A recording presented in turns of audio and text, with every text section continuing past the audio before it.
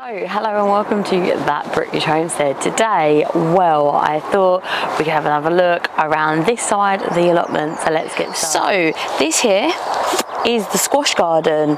Now, it doesn't look like much, does it? It looks a little bit pathetic.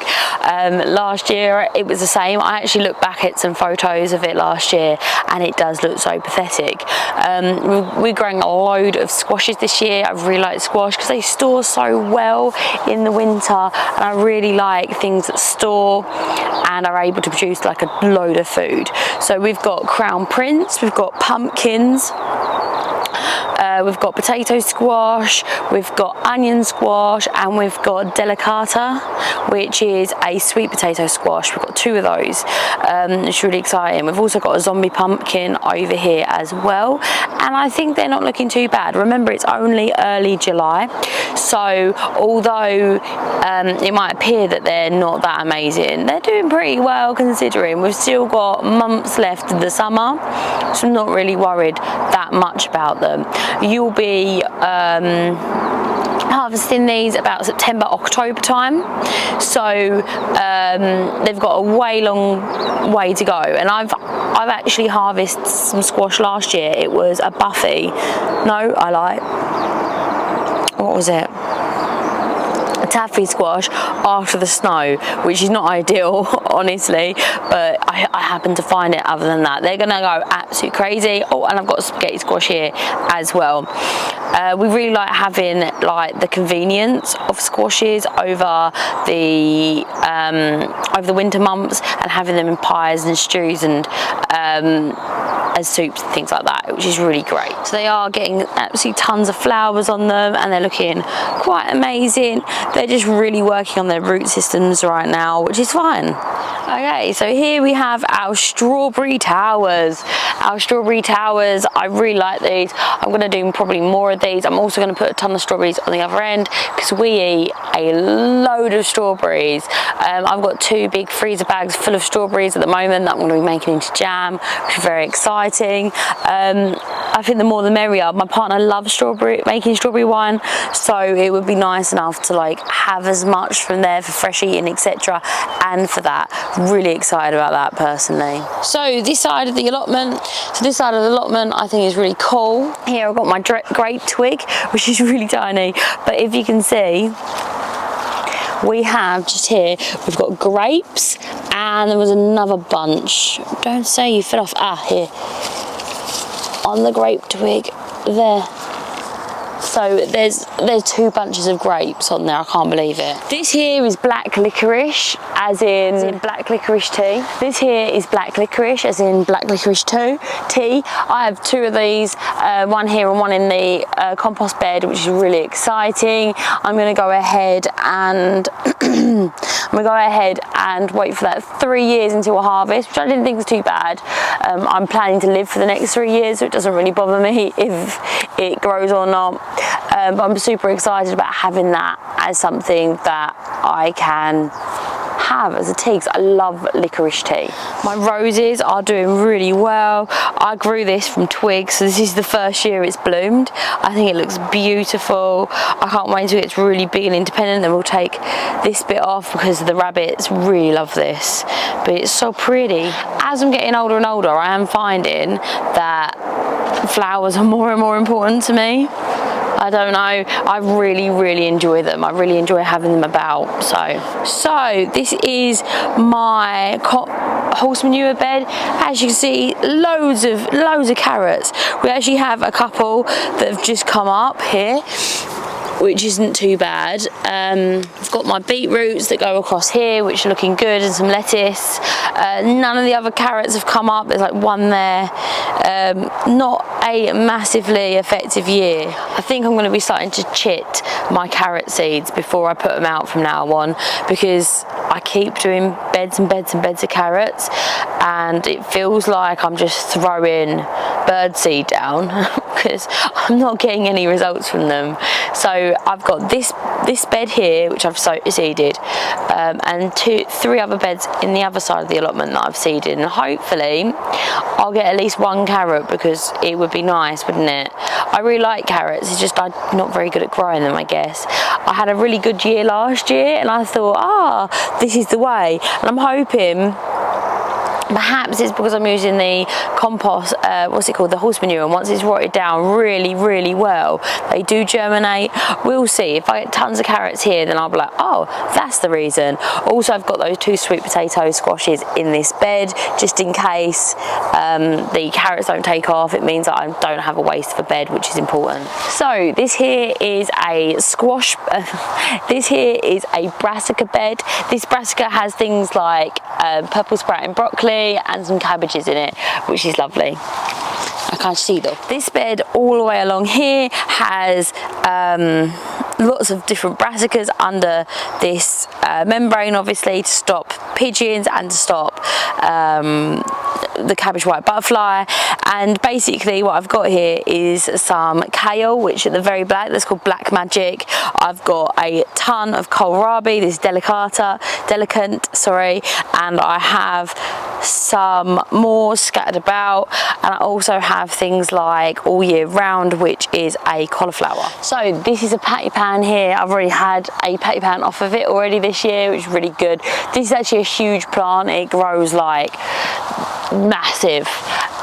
It is called Sunburst. It's a really nice variety. I really like it. We powder these and put them into everything in the winter, like soup, stews, shepherd's pies, you name it, so that we have like that extra bit of vitamins and minerals in the winter time. This one here is a courgette.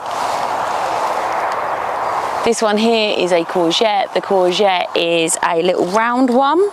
As you can see, it looks like a watermelon. It's a really great variety and I really enjoy it. We've only had one of them off of here this year. They're round ones like this.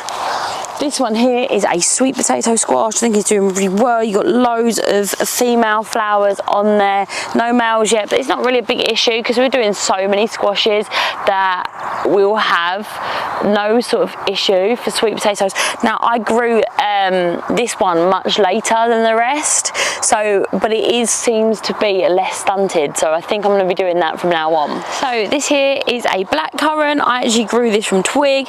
It's starting to produce a few blackcurrants on it. I think it's doing really, really well. I really enjoy having perennials in the allotment because filling an allotment every year is like a lot of work, and having things like perennials really help. Not only just fill the space, but give a reliable harvest. So soon, after a couple more years, it's going to be an absolute godsend. We're going to have tons of food off of this with very little effort.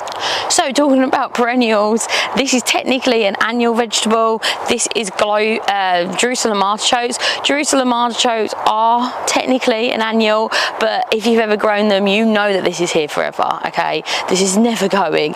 It's going to be here forever. They grow super well and they're really, really amazing growing in any conditions. They don't need anything to grow. I always say my nan grew them between a fence and a shed with like no soil, and they grew beautifully every single year. It was super rocky, really low quality soil, as you can imagine, and she had no issues with them. The only issue that you do have though is that they do spread like crazy, so you have to make sure that you have a hard border and you're like, no, none of you are coming outside that border. And every year you pretty much get to the point where you don't even need to re-sow them. They just grow every single year. The only disease that I've ever had affect these is powdery mildew, and even when I had powdery mildew, they produce an absolute ton. They have a really high yield. However, there's a reason why they're called fartichokes, and I'll let that one to the imagination. But they do have, they are full of really healthy vitamins and minerals, which does feed your microbiome.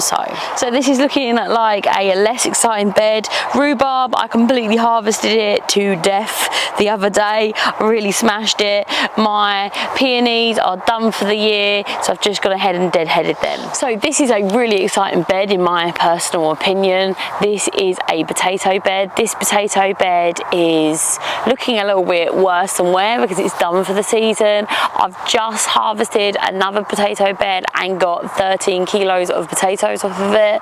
I'm hoping that this one's done a little bit better. It looks like it has, and I'm looking for whoppers this year. I think from now on, when I'm looking at my what's the word?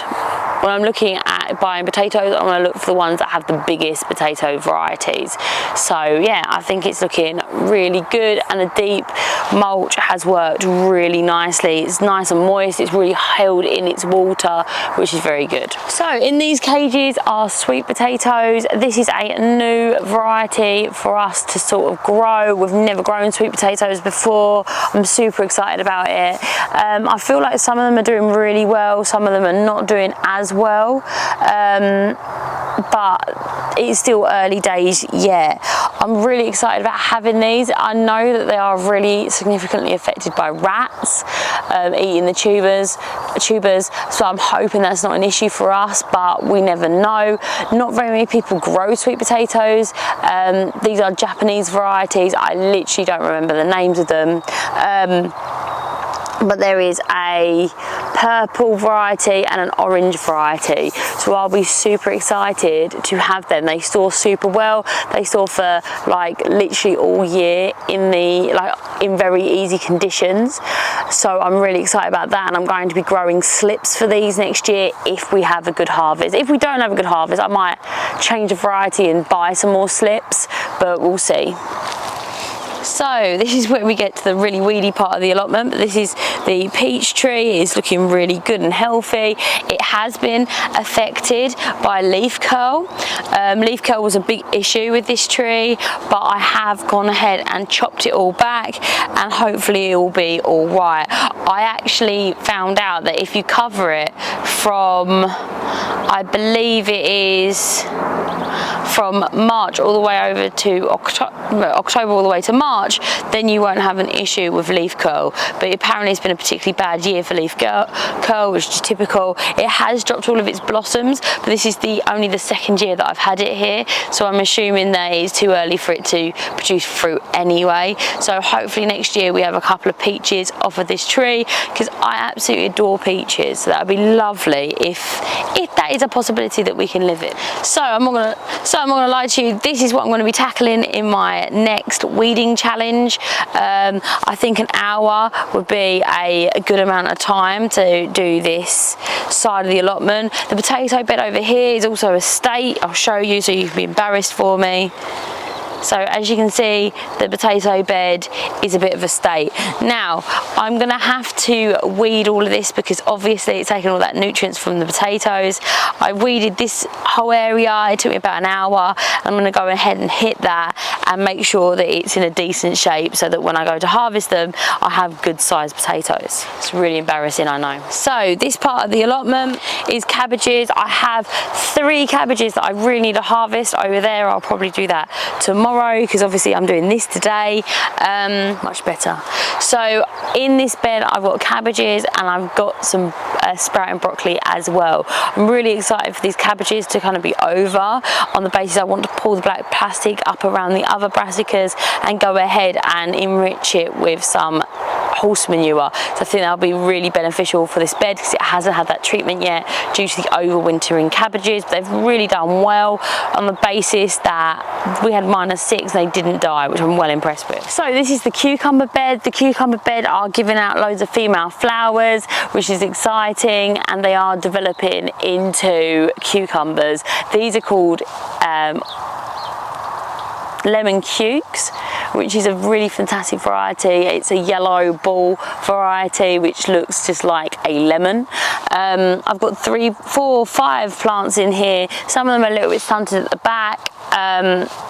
I feel like this year everything feels really small, but I have to keep reminding myself that when I remember my garden, I'm remembering the summer. This is just starting to be summer. On the other side of the spectrum, this bed is doing amazingly well. This is my British cucumbers or my English cucumbers.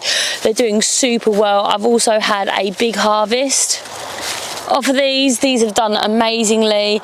These are really, really good. I'm very impressed with them. I've already had 2 cucumbers off of these this week, and there's loads of tiny little cucumbers around. I'm hoping that this bed is as fruitful as it was last year. We got absolutely tons of cucumbers to the point where we just couldn't keep up. So I'm hoping that's the case this year. So far, so good. Aha!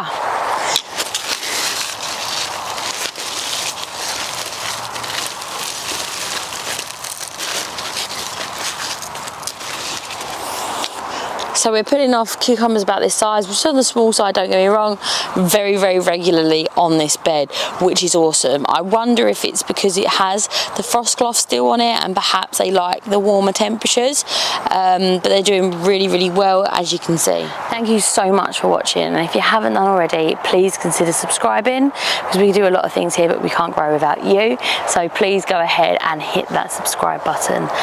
Right, and I'll see you next time. Bye bye.